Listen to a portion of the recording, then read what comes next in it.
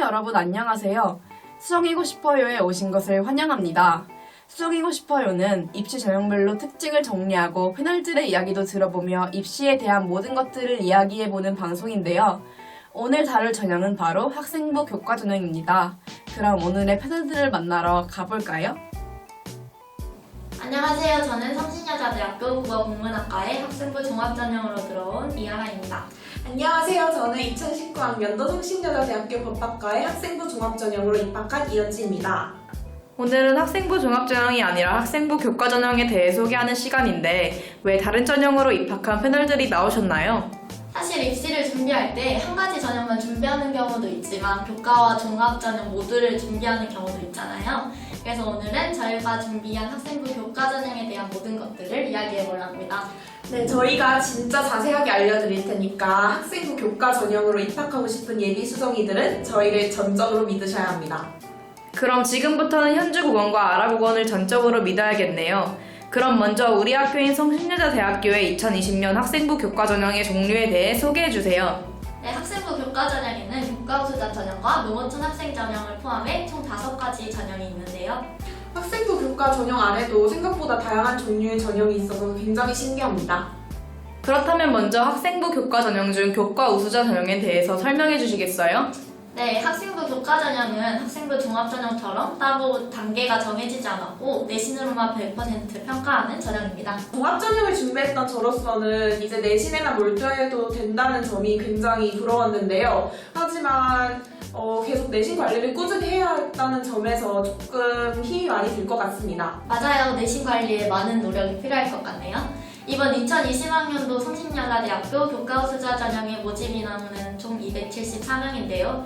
이번에는 작년과 다르게 수능 최저 기준이 생겼다고 해요. 그 최저 기준에 대해서 설주 씨가 설명해 주실 수 있나요? 일단은 수능 지정 영역은 국어, 수학, 영어, 탐구 상위 한 과목을 포함해서 평가를 하는데요. 한문, 그리고 한국사, 제2외국어는 포함되지 않는다고 하니 유의하시길 바랍니다. 그리고 인문 계열은 3개 영역 등급을 합쳐서 총 7등급 이내여야 하고 자연 계열 영역은 3개 등급을 합쳐서 총 8등급 이내여야 한다고 합니다.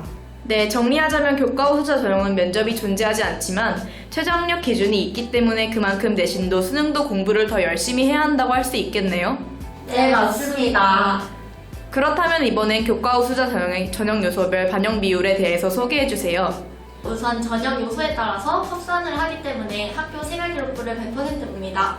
내신은 90% 그리고 출결을 10% 반영한다고 하는데요. 특히 인문 계열은 국어, 수학, 영어, 그리고 사회 과목을 반영하고 있고 자연 계열은 국어, 수학, 영어, 과학 과목을 반영하고 있습니다. 우리 학교는 특별하게 학년별 가중치를 다르게 두고 있는데요. 1학년 때는 20%, 2학년과 3학년 때는 각각 40%의 가중치를 두고 있습니다. 그러면 1학년 때보다 2, 3학년 때 더 공부를 열심히 해야겠네요. 네. 그리고 여기서 주의할 점은 수능 최저 기준을 충족하지 못하면 바로 불합격 처리가 되니까 수능 공부도 열심히 해야 할 것 같습니다. 그렇군요. 한창 원서 접수 기간이 되면 학생들이 서류를 뽑으러 다니는 모습을 볼 수 있는데요. 혹시 교과 전형도 특별히 더 제출해야 할 서류가 있을까요? 원서 접수 전에 사전에 미리 제공하는 학생부 전산 자료 활용 동의서에 동의한 학생은 추가적으로 제출해야 할 서류가 없습니다. 하지만 이에 동의하지 않았거나 따로 그러한 서류를 제출하지 않은 학생은 고등학교 시절에 학생부 생활 기록부를 한 부 추가적으로 제출해야 하는데요. 근데 우편이나 방문을 통해서 접수를 해야 하기 때문에 조금 번거로울 수도 있겠네요. 그리고 무사히 원서를 접수하기 위해서는 서류 제출 날짜와 제출 시 유의사항을 꼭 확인해야겠습니다. 그렇다면 다음으로 농어촌 학생 전형에 대해서 소개해 주세요. 이번 농어촌 학생 전형은 인문계열은 15명, 사회계열은 24명, 그리고 공학 및 자연계열은 20명을 뽑는데요. 이들을 포함해서 총 68명을 뽑는다고 합니다. 그리고 이 전형은 정원 외로 뽑는다고 하는데요. 이 전형은 학과별 선발이 아닌 단과 대학별로 선발을 하는데요. 그리고 수능 최저 학력 기준이 없다는 것이 장점인 것 같습니다. 그렇군요. 그럼 농어촌 전학생 전형은 어떤 학생들의 지원이 가능한가요? 농어촌 학생 전형은 2018년 2월 이후 졸업 예정자 또는 졸업자로서 학교장의 농어촌 학생 확인서를 받은 자로서 해당 유형에 해당하는 자가 지원할 수 있는데요. 농어촌 지역 소재의 고등학교나 학교 생활기록부 제출자 중에서 학생부 성적에 지정교과 과목별 등급 또는 석차가 3학기 이상 없는 자는 지원할 수 없는데요. 농어촌 학생 전형으로 지원하려면 지원 자격을 잘 확인해 봐야겠는데요. 농어촌 학생 전형은 제출 서류가 어떻게 되나요? 이 전형에서는 그 농어촌 학생 전형 확인 사항부를 제출해야 되고 학생부 전산자료 활용 동의한 동의자들은 해당하는 증빙 서류를 추가적으로 제출하면 됩니다. 네, 유형에 따라서 제출해야 하는 서류가 다르기 때문에 꼼꼼히 잘 확인해야 합니다.